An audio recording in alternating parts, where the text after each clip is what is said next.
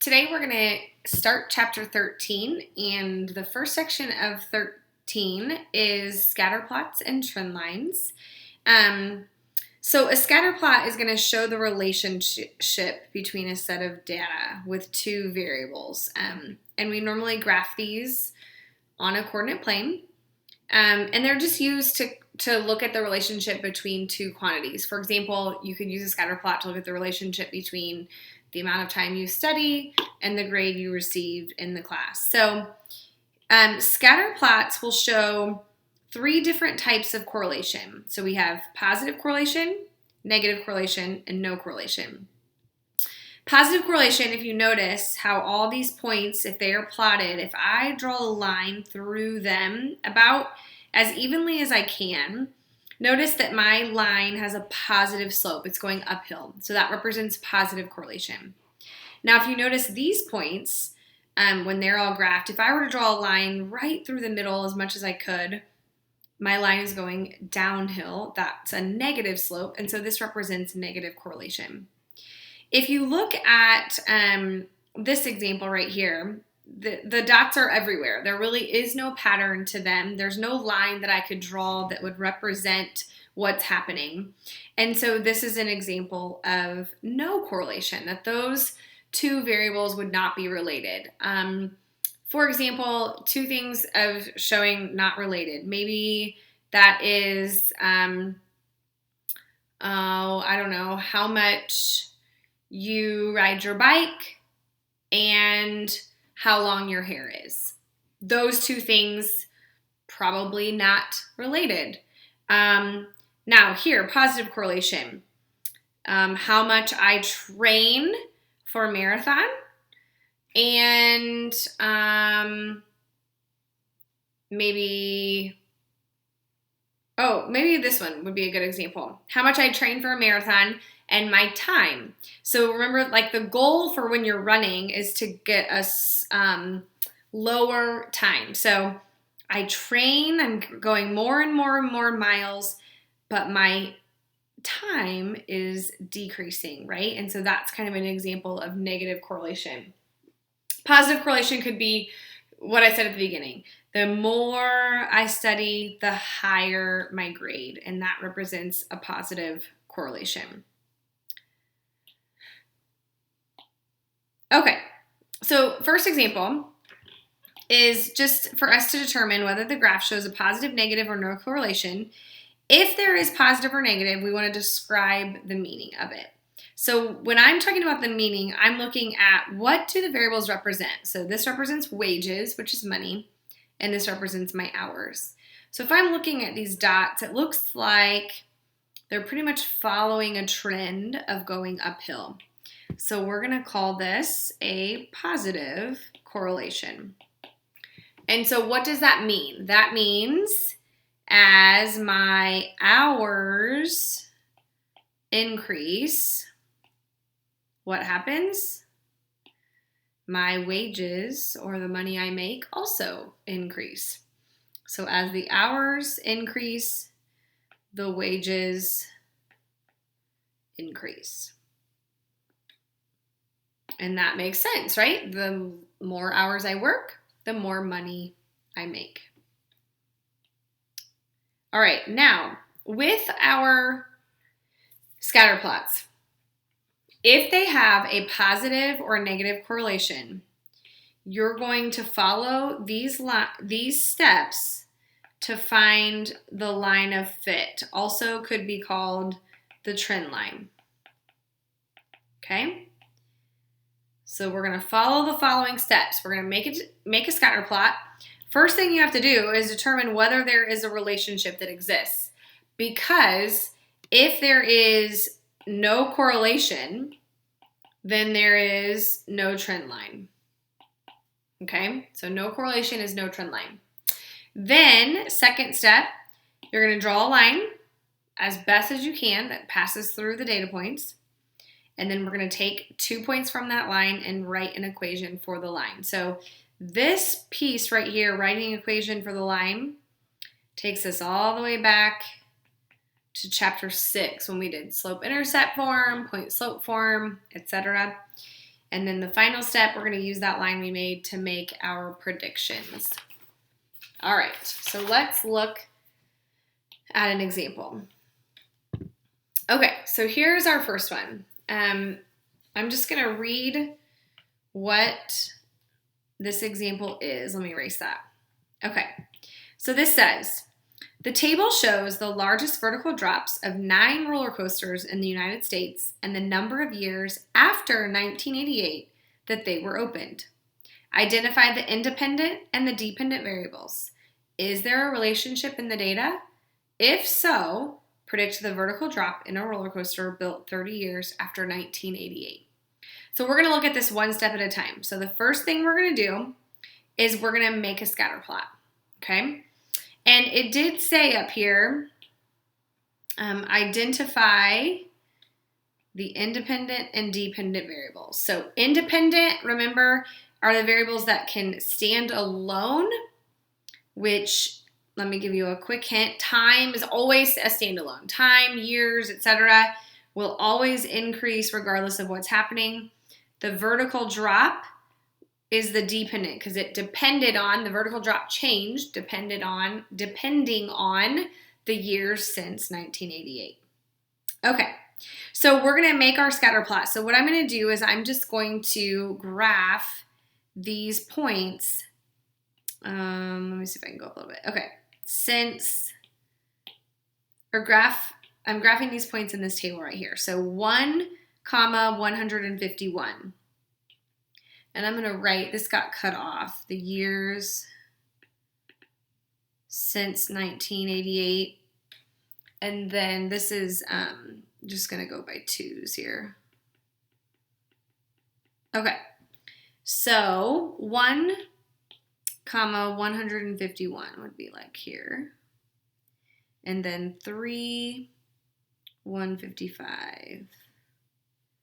5, 225. 8, 230. 12, 306. 12, 300. 12, 255. 13, 255. And 15, 400. Okay. So there's our scatter plot. And if you notice, it looks like our points are going in an uphill direction. So what we're going to do is we're going to draw a line, and the goal of my line, so when you're drawing your line, you're trying your best. So you're going to use 2 points from your scatter plot, and you're trying to make your line so that there is an equal number of points above and below that line. That's the goal. If you don't have a ruler, you need to get a straight edge or something to try and do this. So I'm going to use, I think it looks like if I draw a line through, let's see, if I did this point and this point, I think I would have like 3 below and a 3 above. Let's see if we can try that. Let's see if I can get it. Not bad. Maybe I should continue it out. Okay. So I used, and I'll put it in black here, this point and this point, which is the point. So this point right here was 3, 155. And then this point looks like 12, 300. Okay. So there's our line of fit. So now the third step here is to, let's see if I can scroll down. It's on this one. We want to write the slope-intercept form of the equation for the line of fit. So I'm trying to do this step 3. So I'm going to erase this right here.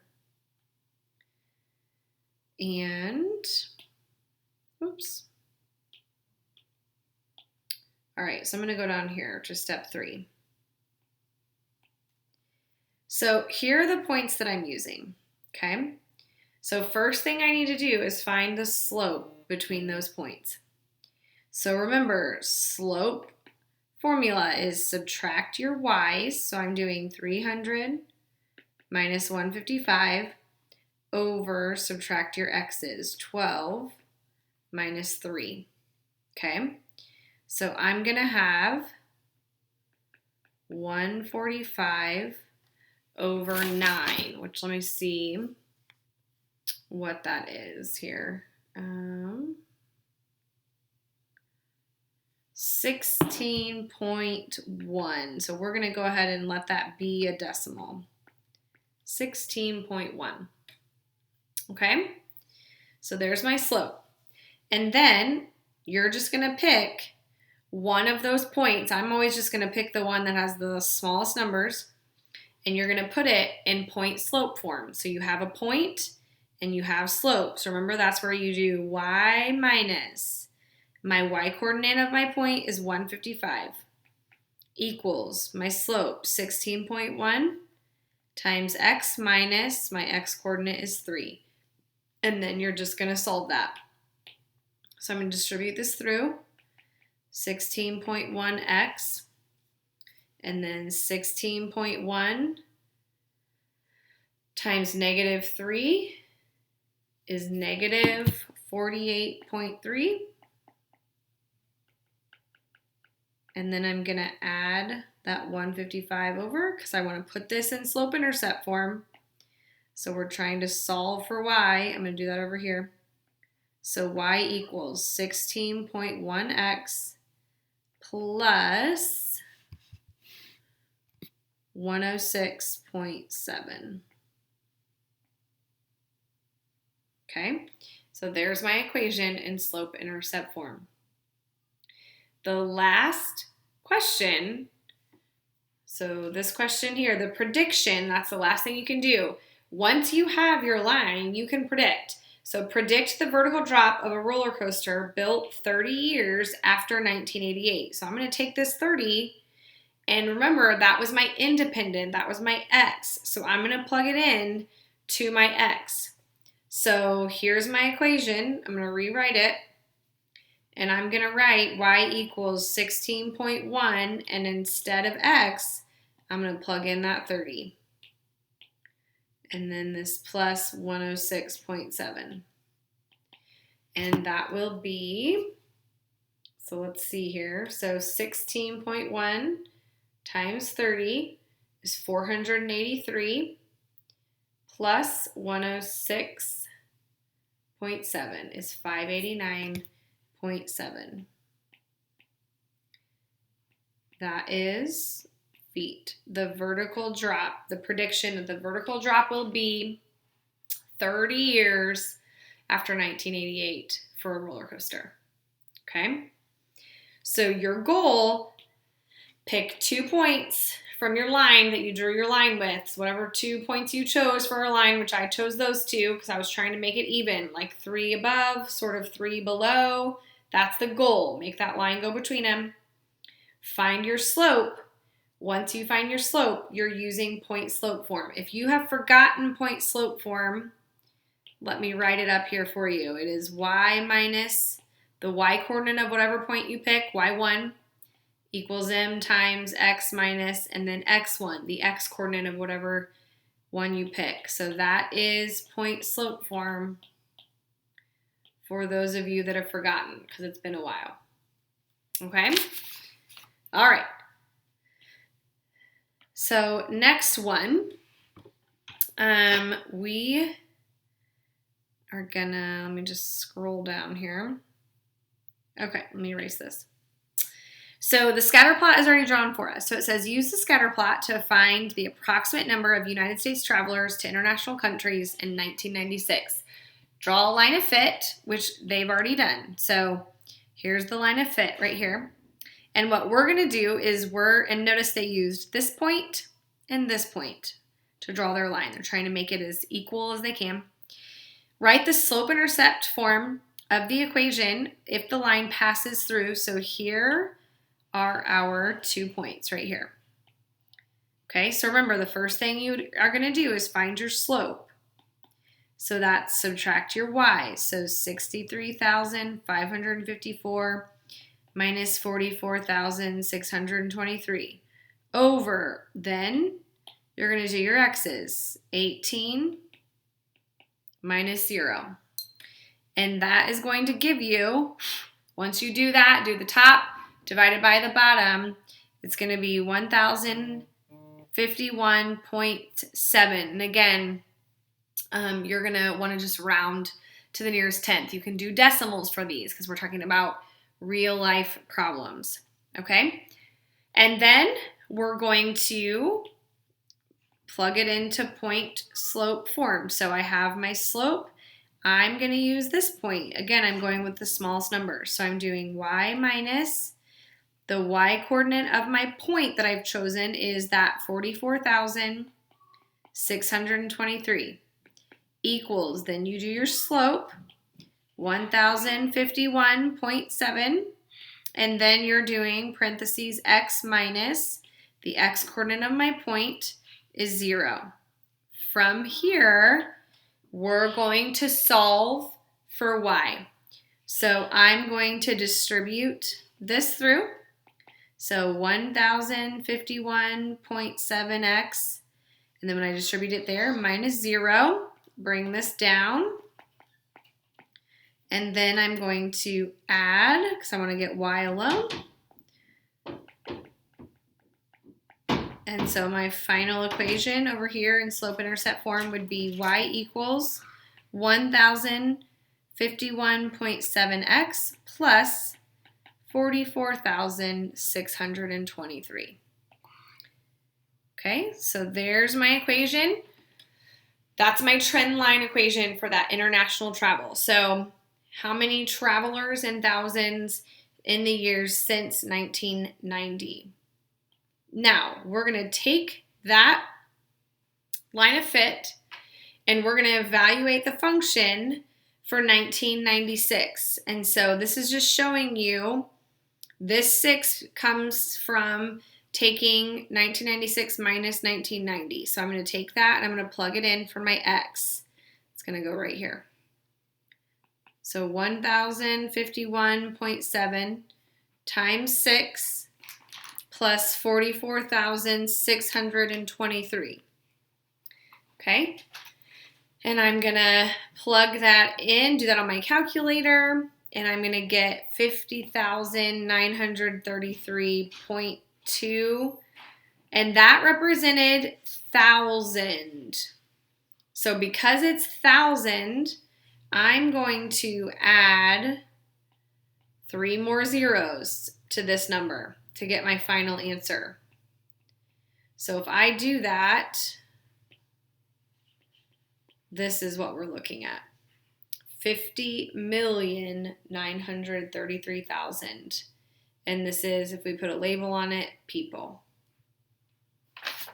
Okay? So we can take our trend lines and we can write equations for them. From those equations, we can make our predictions. Let me know if you have any questions.